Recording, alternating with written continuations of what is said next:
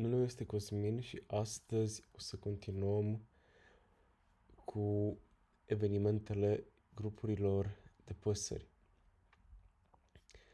Data trecută am discutat despre ce sunt grupurile de păsări și cum le putem crea, actualiza sau șterge. Iar de data asta o să doresc să discut despre evenimentele acestora. Recapitulând, în partea aceasta avem toate grupurile de păsări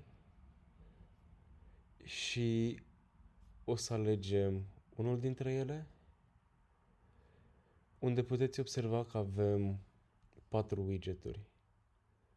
Două dintre acestea, sarcinile și notițele, au fost prezentate.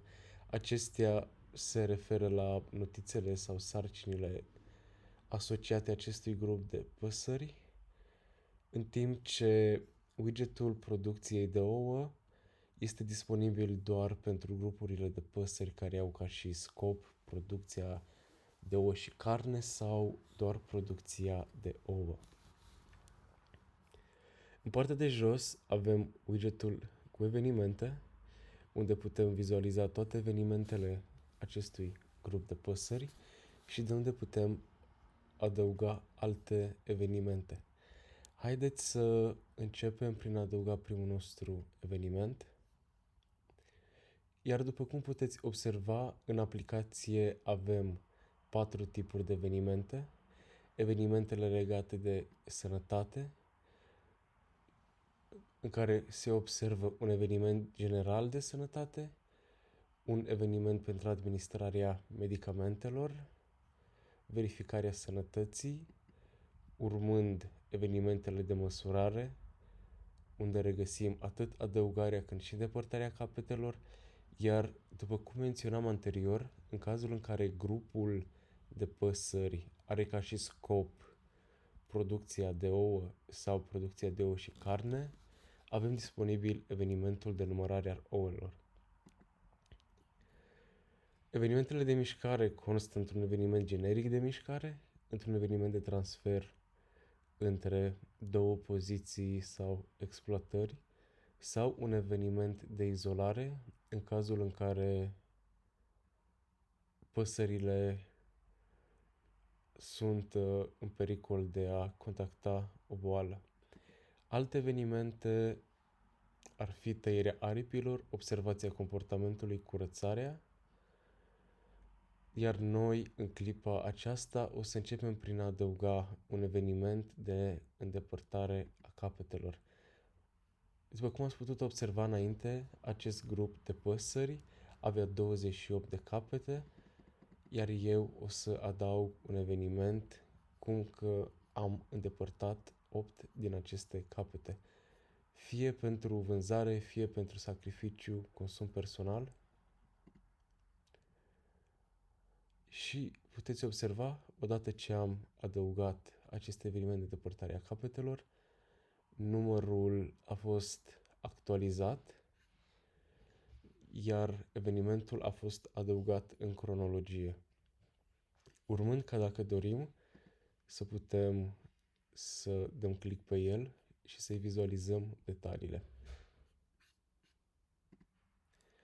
Momentul în care noi o să apăsăm pe titlul acestui widget, și anume evenimente, o să fim redirecționați în ecranul cu evenimentele tuturor păsărilor, având preselecția pe grupul nostru de păsări, și anume găinile, unde putem observa că astăzi au fost adăugate 2 evenimente, și anume această îndepărtare a capetelor pe care am pus-o împreună cu dumneavoastră, cât și adăugarea capetelor, eveniment ce a fost adăugat de mine înaintea începerii filmării acestui tutorial.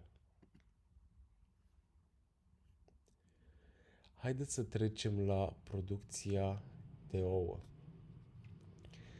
După cum am menționat anterior, acest grup de păsări, având ca scop producția de ouă și carne, are disponibil acest widget și implicit evenimentul de numărare al ouălor. Astfel că atunci când o să apăsăm pe acest plus, o să fim redirecționați la fereastra de adăugare eveniment, având preselectat grupul anterior și anume grupul meu de găini și evenimentul de numărare al ouălor. Astfel putem adăuga câte ouă au fost numărate, produse în această zi. Haideți să spunem 13,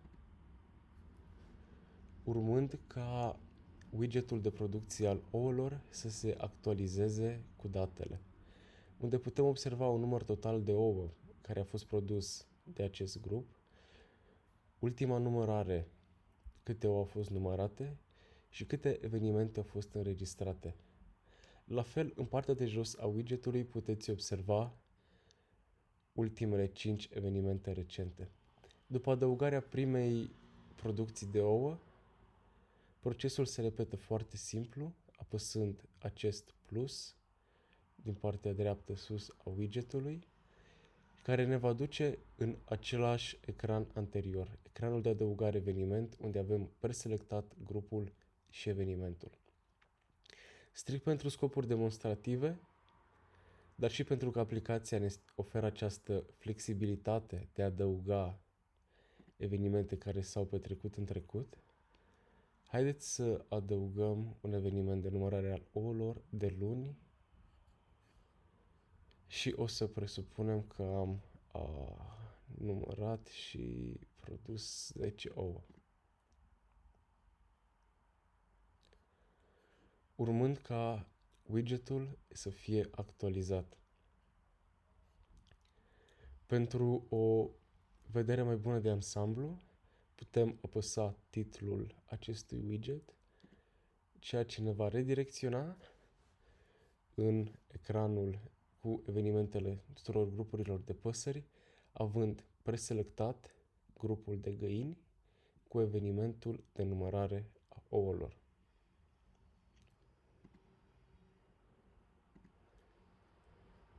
Selectând toate grupurile de găini și păstrând selecția de numărare a ouălor, putem observa toate evenimentele de numărare ale tuturor grupurilor de păsări din exploatația noastră.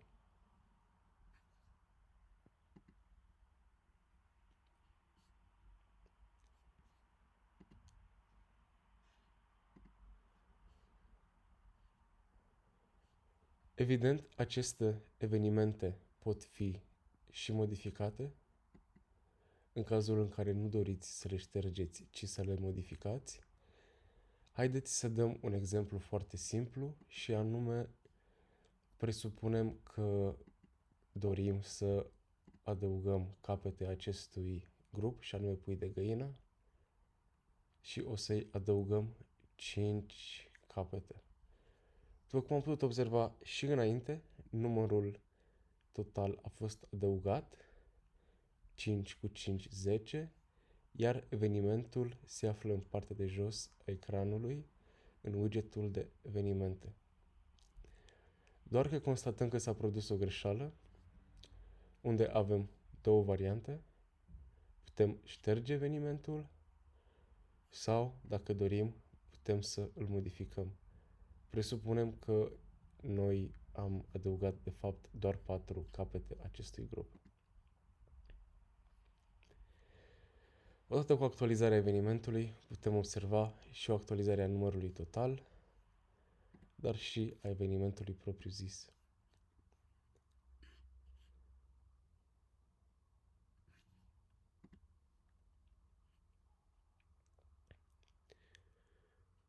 Urmează să vă prezint un alt tip de evenimente și anume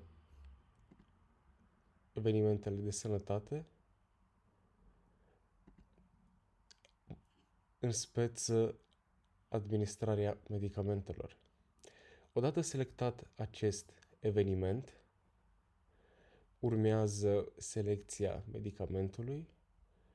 Eu doresc să administrez un complex de vitamina B, urmând ca pasul următor să fie reprezentat de dozaj.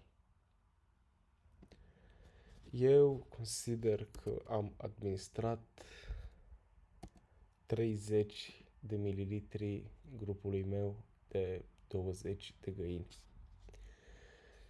Doar că ce se întâmplă în cazul în care medicamentul nu are exact aceeași stare cu cea predefinită de noi, adică nu este un lichid, ci este un solid.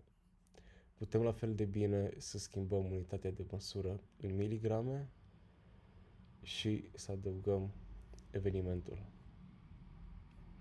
care se regăsește aici.